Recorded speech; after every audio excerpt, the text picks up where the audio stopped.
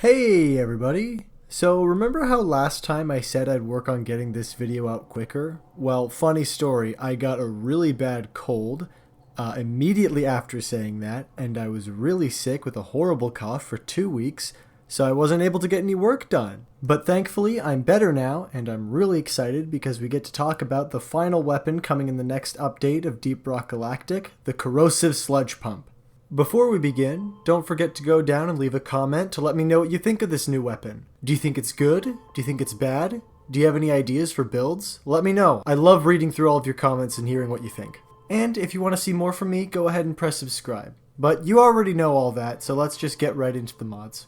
So here in Tier 1, we've got the high capacity tanks. This gives you an increased magazine size. This is a pretty straightforward upgrade, but from what we've seen in the footage, the magazine size isn't all that big to begin with, so giving it a boost could be really helpful. Next is better air pressurizer. This increases the projectile speed. Considering how slowly the projectiles actually move, I think that this would be a really good choice if you want to take on faster and more airborne targets. Then we've got the air sensitive compound. This makes the puddles cover a larger area on impact. This looks like the perfect upgrade if area denial is what you're going for. Now let's move up to Tier 2. Here we've got Dice Nozzle. This increases the charge shot splash damage. This makes it the perfect upgrade for crowd control. Tier 2 also brings us the Atomizer Nozzle. This makes it so that charge shots break into more fragments on impact. It seems like this weapon has massive potential for area denial, and this upgrade is one of the major contributing factors. Let's keep moving right along to Tier 3. Starting off, we've got Super Saturation. This makes it so that the puddles left behind and their effects last longer. Being able to cover a large chunk of the terrain in acidic goo is one thing, but making sure it stays around and lasts a while is another. This will be a really helpful tool for area denial. Then we've got Potent Goo Mix, which makes normal shots do more damage on impact. If you're looking for a way to attack the bugs more directly, then this is probably your go-to option. Then there's another more straightforward choice, which is more goo. This gives you more ammo to work with. I don't really think there's much else I need to say about this. Continuing onwards and upwards, we can take a look at Tier 4. Here we can find the Spillback Extension upgrade. This reduces the cost of the charge shot, which could be very good for builds looking to cover a wider radius, or good for builds that are looking to deal high damage in single shots. Then there's Improved Spooling Mechanism, which reduces the charge time. This is pretty similar to Spillback Extension, but with a focus on getting charge shots out more quickly instead of ammo retention. So depending on which way you want to go, either one of these upgrades could be good for you. And now we finally reach Tier 5. We kick off the final tier of the final weapon with Protein Disruption Mix. This increases the slowdown effect of the goo, which is really useful if you want to keep bugs at a distance. Then there's Fluoroantimonic Acid, I hope I'm pronouncing that right, and that increases the corrosive damage per second. It looks like this upgrade is going to help you melt through those bugs even faster. And finally, we have Ingredient X. Chemical X. This makes it so that the goo now melts through armor. Honestly, giving some thought to it, this is probably one of the better armor breaking upgrades available in the game. Considering that you're already going to be doing damage over time with the acid, you're not really taking away from your overall damage potential with this upgrade. The reason why most armor breaking upgrades aren't that great is because you can just get through the armor with better positioning, such as getting behind a Praetorian, but considering the goo is going to deal damage no matter where on the Praetorian it lands, this is probably pretty decent, and it could help your teammates out a lot actually. Well, those are the mods said and done. Now we can move on to the overclocks. As per usual, we will be kicking things off with the clean overclocks, starting with Hydrogen Ion Additive. This increases the corrosive effect damage and slowdown. This seems like a pretty straightforward way to be increasing your damage output to the bugs while also allowing you to get some more space. Next is AG Mixture. This gives you faster projectiles and the projectiles fall slower. This looks like a great way to deal with airborne enemies, so if you're struggling with a Mactera plague, this might be the choice for you. Then we've got the balanced overclocks, starting with Disperser Compound. This gives you increased fragment count and damage, but decreases the charge shot damage. To put this another way, I believe that you're sacrificing the damage of the charge shot itself, but making it so that the little fragments that break off deal more damage. This could make it pretty good for crowd control.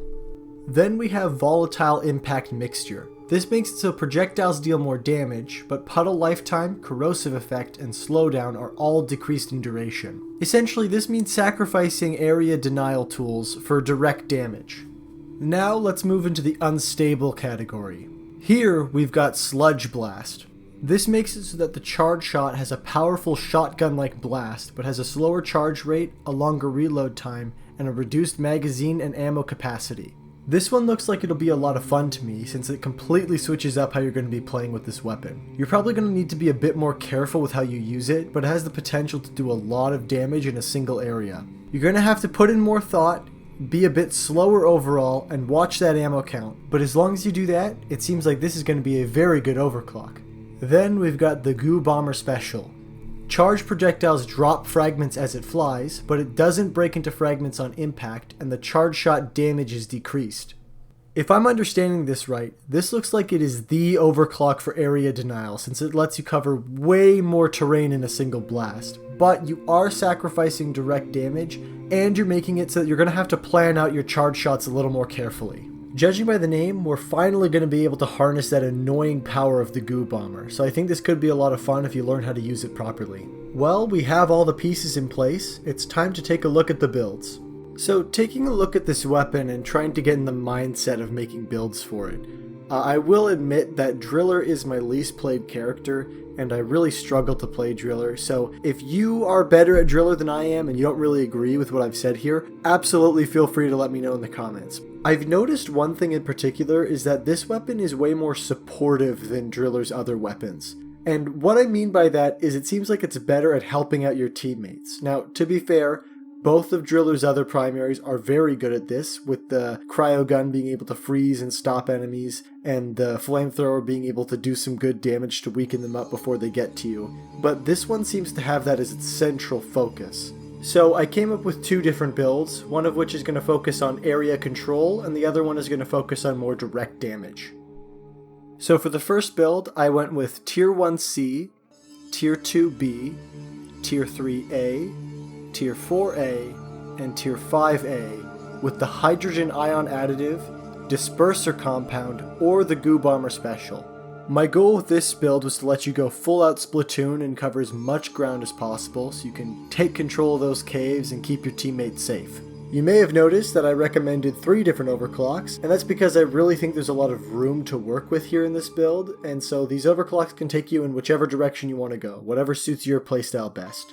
Next up, we've got Tier 1B, Tier 2A, Tier 3C, Tier 4A, Tier 5B, with the Volatile Impact Mixture or Sludge Blast. I'll be honest, my focus with this build was the Sludge Blast overclock because I think it's a lot of fun. I tried to focus on making it so that the shots themselves do more damage so that you're able to become the powerhouse that Driller was always meant to be.